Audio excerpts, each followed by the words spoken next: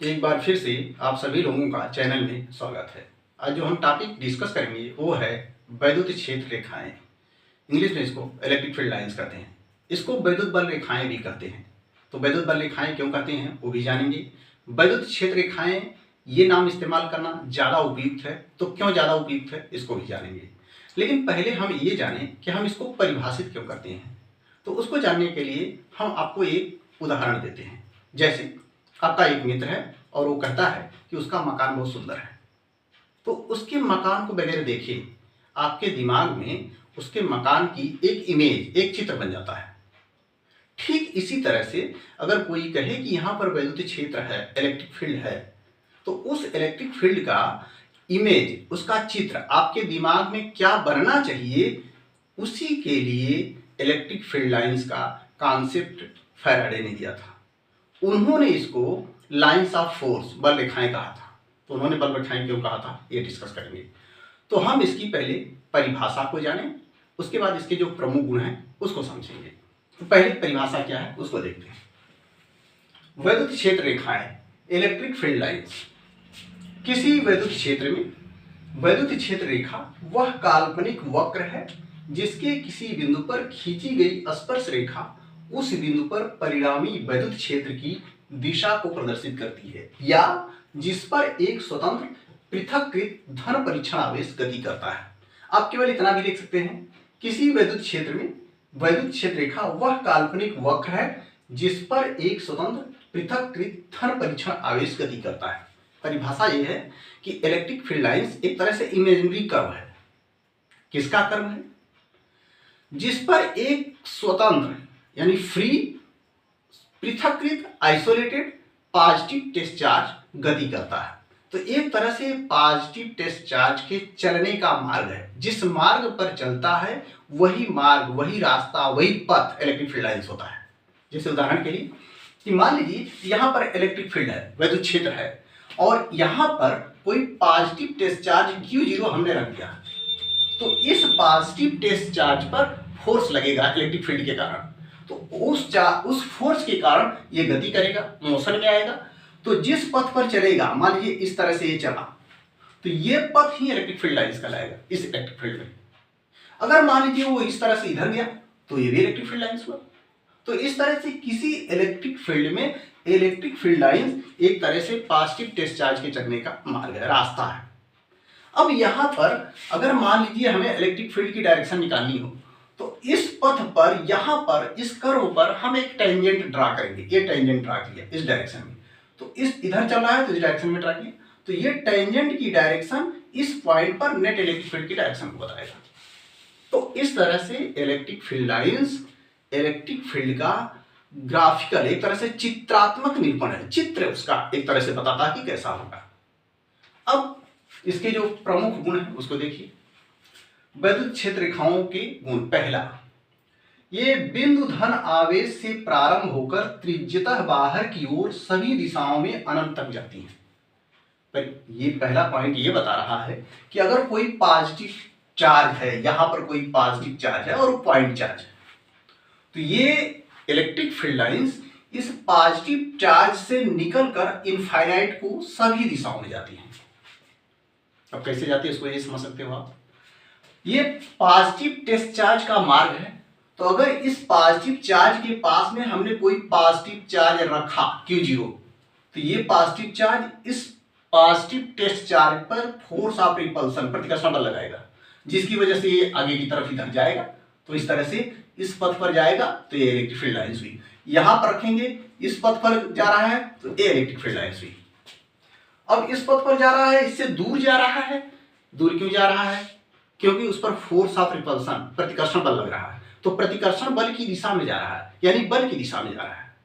तो इसीलिए फैराडे ने कहा कि ये एक तरह से बल की दिशा को दिखाता है, दर्शाता है ये लाइंस, इसलिए इसको लाइंस ऑफ फोर्स, वैद्युत बल रेखाएं उन्होंने कहा। तो ये इलेक्ट्रिक लाइंस ऑफ फोर्स है। अब दूसरा, इसमें ये उसी में एक पॉइंट है कि ये त्रिज्यतः बाहर की ओर सभी दिशाओं में जाती है। इसी कि धनावेश से निकलेंगे रेडियली आउटवर्ड सभी डायरेक्शन में जाती है। तो इसका क्या आशय है? त्रिज्यता बाहर की ओर। तो इसको इस तरह से समझिए कि अगर हमने कहा कि ये पॉइंट पॉजिटिव चार्ज है, तो इस पॉइंट पॉजिटिव चार्ज को सेंटर मान के एक स्फीयर की कल्पना कीजिए। आप इमेजिन करिए कि एक स्फीयर है, तो इस पॉजिटिव चार्ज से इलेक्ट्रिक फील्ड लाइंस इस तरह से निकलेंगी और वो स्फीयर की रेडियस के अनुदिश होंगी, स्फीयर की त्रिज्या के अनुदिश निकलेंगी। तो इसीलिए कहा जाता है कि electric field lines radially outward बाहर की तरफ निकल रही हैं। अब ये रेडियस इस सतह पर लंब होगी, क्योंकि त्रिज्या गोले की सतह पर लंब होती है। तो जो इलेक्ट्रिक फील्ड लाइंस होती है वो सतह से लंबवत निकलती है, चाहे जो भी सतह हो। तो इस तरह से ये पहला पॉइंट हुआ। दूसरा, ये ऋण आवेश के कारण उत्पन्न वैद्युत क्षेत्र में अनंत से प्रारंभ होकर त्रिज्यतः आवेश की ओर दिष्ट होती हैं। अगर कोई निगेटिव चार्ज है, पॉइंट चार्ज, इलेक्ट्रिक फील्ड उसके कारण है, तो इसके कारण इलेक्ट्रिक फील्ड लाइंस इनफाइनाइट से इसकी तरफ आती हैं।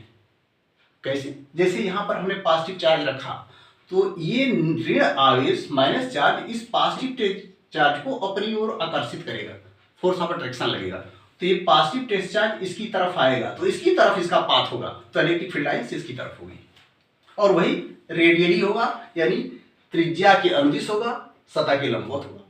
तो ये आपका निगेटिव चार्ज के कारण हुआ। तीसरा, वैद्युत क्षेत्र रेखाएं धन आवेश से प्रारंभ होकर ऋण आवेश पर समाप्त होती हैं। अगर इलेक्ट्रिक फील्ड लाइंस पॉजिटिव और निगेटिव चार्ज के कारण निकालना हो, जैसे ये पॉजिटिव चार्ज है और ये निगेटिव चार्ज है, तो अगर इस पॉजिटिव चार्ज के पास आपने कोई टेस्ट चार्ज पॉजिटिव रखा, तो फोर्स ऑफ रिपल्सन लगेगा, प्रतिकर्षण बल लगेगा, तो इससे दूर जाएगा। ये जब निगेटिव की तरफ आएगा तो निगेटिव वाला इसको आकर्षित करेगा, तो निगेटिव की तरफ आएगा। इसका अर्थ हुआ कि प्लस से निकलकर इलेक्ट्रिक फील्ड लाइंस निगेटिव पर समाप्त हो जाएंगी। तो ये प्लस से निकलती हैं और निगेटिव पर क्या होती हैं? फिनिश होती हैं। चौथा, वैद्युत क्षेत्र रेखाएं लंबाई के अनुदिश सिकुड़ने का प्रयत्न करती हैं, इसी कारण से विपरीत आवेशों में आकर्षण होता है। ये पॉइंट ये कह रहा है कि अगर ये प्लस है और माइनस है, तो जो इलेक्ट्रिक फील्ड लाइंस हैं वो लंबाई के अनुदिश सिकुड़ती हैं। जैसे ये इलेक्ट्रिक फील्ड लाइंस की लंबाई है, तो ऊपर वाली देखिए सिकुड़ रही है, ये और सिकुड़ रही है, ये और सिकुड़ रही है, इधर भी देखिए सिकुड़ रही है। इस तरह से सिकुड़न हो रहा है लंबाई के अनुदिश, एलॉन्ग द लेंथ, इसमें कॉन्ट्रैक्शन हो रहा है। तो यही कारण है कि प्लस और माइनस यानी अपोजिट चार्ज के बीच फोर्स ऑफ अट्रैक्शन, आकर्षण बल कार्य करता है। पांचवा, ये रेखाएं लंबाई के लंबवत दिशा में फैलने की प्रवृत्ति रखती हैं, इसी कारण समान आवेशों में प्रतिकर्षण होता है। जैसे एक प्लस चार्ज है और एक प्लस चार्ज है, तो ये लंबाई के लंबवत दिशा में इलेक्ट्रिक फील्ड की लंबाई, ये इलेक्ट्रिक फील्ड लाइंस की लंबाई है, इसके लंबवत ये डायरेक्शन है, तो इसके लंबवत ये देखिए फैल रही है। तो लंबाई के जो इलेक्ट्रिक फील्ड लाइंस की लंबाई है उसके लंबवत इसमें स्प्रेड, फैलाव हो रहा है। तो यही कारण है कि प्लस प्लस या माइनस माइनस यानी सेम चार्ज है, एक तरह का चार्ज है, तो उनके बीच प्रतिकर्षण बल, फोर्स ऑफ रिपल्सन काम करता है। छठा, वैद्युत क्षेत्र रेखाएं एक दूसरे को नहीं काटती हैं, क्योंकि कटान बिंदु पर दो स्पर्श रेखाएं खींची जा सकती हैं जो उस बिंदु पर वैद्युत क्षेत्र की दो दिशाएं प्रदर्शित करेंगी, जो कि असंभव है। ये पॉइंट ये कह रहा है कि इलेक्ट्रिक फील्ड लाइंस एक दूसरे को कट नहीं कर सकती, क्योंकि कट करेंगी तो वहां पर दो टेंजेंट होगा, दो टेंजेंट होगा तो इलेक्ट्रिक फील्ड की दो डायरेक्शन होगी, जो कि संभव नहीं है, क्योंकि किसी पॉइंट पर इलेक्ट्रिक फील्ड की केवल एक डायरेक्शन होती है। इसको इस तरह से समझ सकते हैं कि जैसे मान लीजिए एक इलेक्ट्रिक फील्ड लाइन से है इधर की तरफ, इस पॉइंट पर एक दूसरी इलेक्ट्रिक फील्ड लाइंस कट कर रही है इधर की तरफ, तो यहां पर दो टेंजेंट होंगे, एक इस पर और एक इस पर, तो दो डायरेक्शन होगी, क्योंकि टेंजेंट की डायरेक्शन ही इलेक्ट्रिक फील्ड की डायरेक्शन होती है। तो इस पॉइंट पर दो डायरेक्शन हो गई इलेक्ट्रिक फील्ड की, जबकि किसी पॉइंट पर इलेक्ट्रिक फील्ड की केवल एक ही डायरेक्शन होती है। इसका अर्थ है कि ये एक दूसरे को कट नहीं कर सकती हैं। नेक्स्ट, अगर मान लीजिए इलेक्ट्रिक फील्ड यूनिफॉर्म हो, एक समान हो, तो एक समान वैद्युत क्षेत्र में इलेक्ट्रिक फील्ड लाइन जो होती हैं इक्वी डिस्टेंस होती हैं, समान दूरी पर होती हैं और पैरेलल होती हैं। जैसे इस तरह से ये आपका इलेक्ट्रिक फील्ड लाइंस इस तरह से समान दूरी पर होंगी, पैरेलल होंगी, इस तरह से।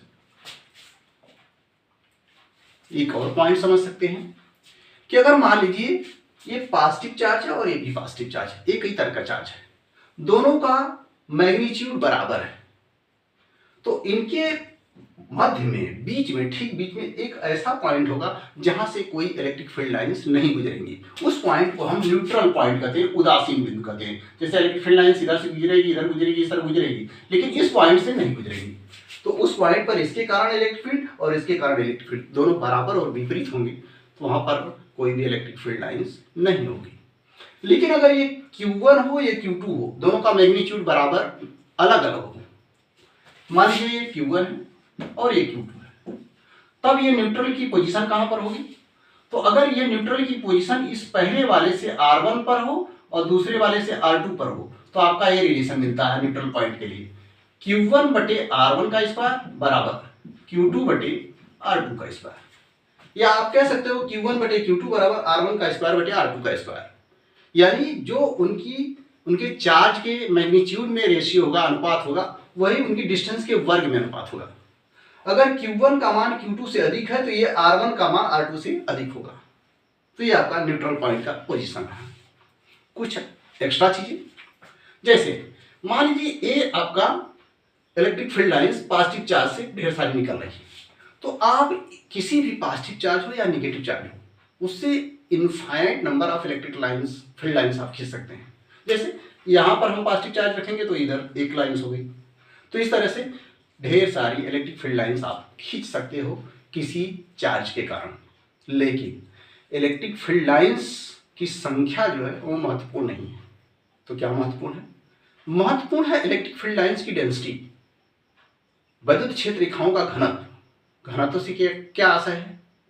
घनत्व का मतलब ये है कि जहां पर डेंसिटी अधिक है वहां पर इलेक्ट्रिक फील्ड लाइंस पास पास होंगी, जहां पर डेंसिटी कम है वहां फील्ड लाइंस दूर दूर होंगी।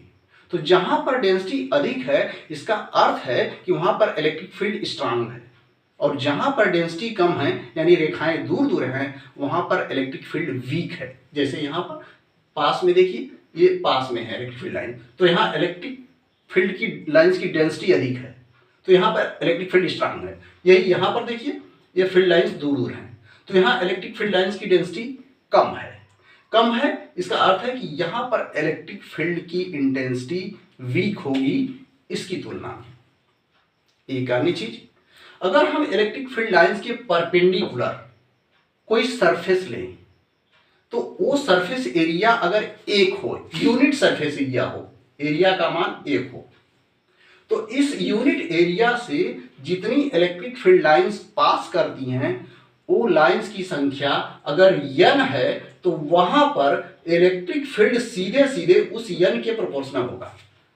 यानी यूनिट एरिया अगर परपेंडिकुलर है इलेक्ट्रिक फील्ड लाइंस के, तो उस यूनिट एरिया से जितनी इलेक्ट्रिक फील्ड लाइंस पास करती हैं उसकी संख्या वहां पर इलेक्ट्रिक फील्ड इंटेंसिटी यानी विद्युत क्षेत्र की तीव्रता के सीधे समानुपाती होती है। तो ये आपका रहा इलेक्ट्रिक फील्ड लाइंस के विषय में। अब इसको इलेक्ट्रिक फील्ड लाइंस क्यों कहते हैं, ये कहना, ये नाम ज्यादा उपयुक्त क्यों है बल रेखाओं की अपेक्षा? यानी वैद्युत बल रेखाएं कहते हैं, लेकिन उसकी अपेक्षा ये नाम क्यों ज्यादा उपयुक्त है? तो इसके लिए हम आपको चुंबकीय क्षेत्र का कॉन्सेप्ट बता रहे हैं, उसी के आधार पर आपको समझ में आएगा। जैसे मान लीजिए कि चुंबकीय क्षेत्र आप जानते हो, किसी चुंबक के चारों ओर का क्षेत्र। तो मान लीजिए कोई चुंबक हमने लिया और वो चुंबक है बार मैग्नेट, एक बार मैग्नेट हमने लिया, और आप जानते हो चुंबक में नॉर्थ पोल और साउथ पोल होते हैं। तो मान लीजिए ये नॉर्थ पोल है और ये साउथ पोल है। एक आइसोलेटेड पोल की कल्पना नहीं है, एक अकेला ध्रुव नहीं होता है, लेकिन अगर मान लें कि एक नॉर्थ पोल हम इस नॉर्थ के पास रख रहे हैं तो ये नॉर्थ वाला नॉर्थ को प्रतिकर्षित करेगा, तो ये प्रतिकर्षण बल लगेगा तो ये आगे की तरफ इस तरह से जाएगा, तो और साउथ की तरफ जाएगा इस तरह से। तो मैग्नेट के चारों ओर जो फील्ड होता है उसको मैग्नेटिक फील्ड कहते हैं। तो उसके लिए जो एयर लाइंस खींची जाती है वो मैग्नेटिक फील्ड लाइंस होती है, और ये इस तरह से नॉर्थ से स्टार्ट होकर साउथ को अंदर प्रवेश करती है, फिर अंदर मैग्नेट के अंदर साउथ से नॉर्थ की तरफ जाती है। तो ये क्लोज लूप बनाती है। यहाँ पर ये क्लोज नहीं है, प्लस से शुरू हुआ माइनस को गया, प्लस से शुरू हुआ माइनस को गया, लेकिन यहाँ पर नॉर्थ से शुरू होकर साउथ को गया अंदर, और सारी बाहर, और अंदर साउथ से नॉर्थ को। अब देखिए यहाँ पर ये फोर्स की डायरेक्शन को बता रहा है कि नहीं बता रहा है। यहाँ पर बाहर देखिए, अगर नॉर्थ पोल यहाँ रखेंगे तो ये नॉर्थ वाला प्रतिकर्षित करेगा तो इस दिशा में जाएगा, जिस दिशा में हमने इस रेखा को खींचा है उसी दिशा में चुंबकीय बल है। लेकिन अंदर अंदर अगर हमने नॉर्थ रखा तो ये नॉर्थ वाला इसको प्रतिकर्षित करेगा तो इस डायरेक्शन में जाएगा। तो जिस दिशा में ये फोर्स लग रहा है उस दिशा में अंदर चुंबकीय क्षेत्र रेखा नहीं है। चुंबकीय क्षेत्र रेखा साउथ से नॉर्थ की तरफ है, जबकि चुंबकीय बल की दिशा नॉर्थ से साउथ की तरफ है, नॉर्थ पर पोल पर लगने वाले बल की दिशा। तो आप ये कह सकते हो कि ये जो रेखा हमने खींचा है बाहर तो चुंबकीय बल की दिशा में है लेकिन अंदर चुंबकीय बल की दिशा में नहीं है, इसलिए इसको हम लाइंस ऑफ फोर्स यानी मैग्नेटिक लाइंस ऑफ फोर्स चुंबकीय बल रेखाएं कहेंगे तो ये उचित नहीं होगा। तो यहां पर हम कहेंगे चुंबकीय क्षेत्र की रेखाएं हैं, चुंबकीय क्षेत्र रेखा। ठीक उसी तरह से यहां पर कॉन्सेप्ट हम कहते हैं कि ये वैद्युत बल की रेखा नहीं बल्कि वैद्युत क्षेत्र की रेखा है, यानी इलेक्ट्रिक फील्ड लाइंस हैं, इलेक्ट्रिक लाइंस ऑफ फोर्स नहीं है। तो इस तरह से इलेक्ट्रिक लाइंस ऑफ फोर्स या इलेक्ट्रिक फील्ड लाइंस क्यों कहते हैं उसका एक कारण है।